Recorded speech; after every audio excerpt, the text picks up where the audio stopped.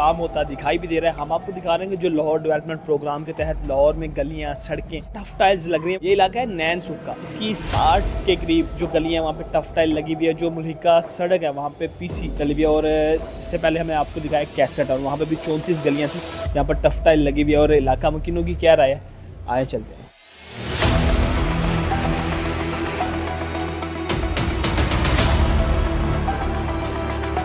पहले जी इत्थों चिक्कड़ लंघना के खोबा लंघना के ही खप जाते सन। ਹੁਣ अलहमदुलिल्लाह ਇਹ हुकूमत ने बड़ा अच्छा काम किया साढ़े वास्ते, एक जन्नत बना दी है। बड़ा बहुत अच्छा काम हो गया हर पासे।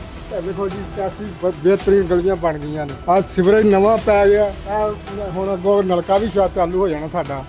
अल्लाह का बड़ा शुक्र है। बड़ी प्यारी लगती, बहुत सोहनी, बड़ियां दुआवां देने मरयम नवाज। पहले की मसला ਸੀ ਪਹਿਲਾਂ ਇੱਥੇ ਜਿਹੜੇ ਟੋਏ ਤੇ ਇਹਨਾਂ ਦਾ ਪਾਣੀ ਇੱਥੇ ਬੂਹਿਆਂ 'ਚ ਖਲੋਤਾ ਹੁੰਦਾ ਸੀ, ਬੂਹਿਆਂ ਦੇ ਅੱਗੇ ਤੇ ਲੋਕੀ ਲੜਦੇ ਹੁਣ ਘੋਲਦੇ ਨੇ, ਇੱਕ ਦੂਜੇ ਦੇ ਅੰਦਰ ਵੜਦਾ ਸੀ ਪਾਣੀ। ਤੇ ਹੁਣ ਬੜਾ ਸੋਹਣਾ ਮਾਸ਼ਾ ਸਹੀ ਹੋ ਗਿਆ। ਹਾਂ।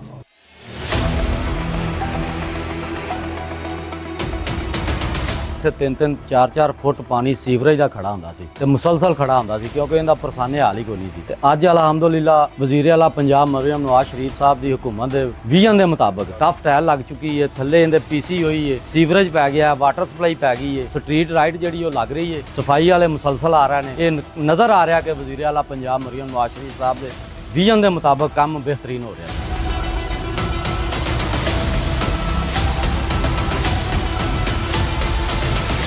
ਪਹਿਲਾਂ ਦੇ ਇੱਥੇ ਜਿਹੜੇ ਵੱਡੇ ਟੋਏ ਪਏ ਹੁੰਦੇ ਸੀ, ਇੱਥੇ ਕੋਈ ਮਹਿਮਾਨਦਾਰ ਨਹੀਂ ਸੀ ਹਾਲ ਹੁੰਦਾ ਹੈਗਾ। ਕੋਈ ਸ਼ਾਦੀ ਵਿਆਹ ਫੰਕਸ਼ਨ ਵੈਸੇ ਵੀ ਬਾਰਿਸ਼ ਪੈ ਜਾਂਦੀ ਸੀ ਨਾ, ਇੱਥੇ ਬਹੁਤ ਜ਼ਿਆਦਾ ਰਸ਼ ਹੋ ਜਾਂਦਾ ਸੀ। ਟ੍ਰੈਫਿਕ ਦਾ ਮਤਲਬ ਗੱਡੀ ਆ ਜਾ ਨਹੀਂ ਸਕਦੀ ਸੀ। ਠੀਕ ਹੈ, ਹੁਣ ਤੇ ਅੱਲਾਹ ਦਾ ਤੇ ਲੱਖ ਲੱਖ ਵਾਰੀ ਸ਼ੁਕਰ ਹੈ। ਮਰੀਮ ਨਵਾਜ਼ ਸਾਹਿਬ ਦਾ ਦਿਲ ਦੀਆਂ ਥਾਂ ਗਹਿਰਾਈਆਂ ਨਾਲ ਸ਼ੁਕਰ ਅਦਾ ਕਰਨੇ ਆ। ਸਾਡੇ ਬਾਜ਼ਾਰਾਂ ਵਿੱਚ ਤੋਰ ਹੀ ਟੈਫਟੈਲ ਲਵਾਈ ਉਹਨਾਂ।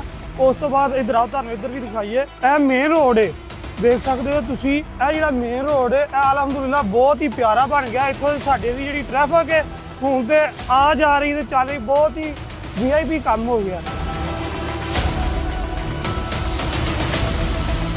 लाहौर डेवलपमेंट प्रोग्राम के तहत रावी जोन के अंदर शादरा के इलाके में तकरीबन 1500 से ज़्यादा स्ट्रीट्स इस वक्त कंप्लीट की जा चुकी हैं और मज़ीद तरक्याती काम जारी है।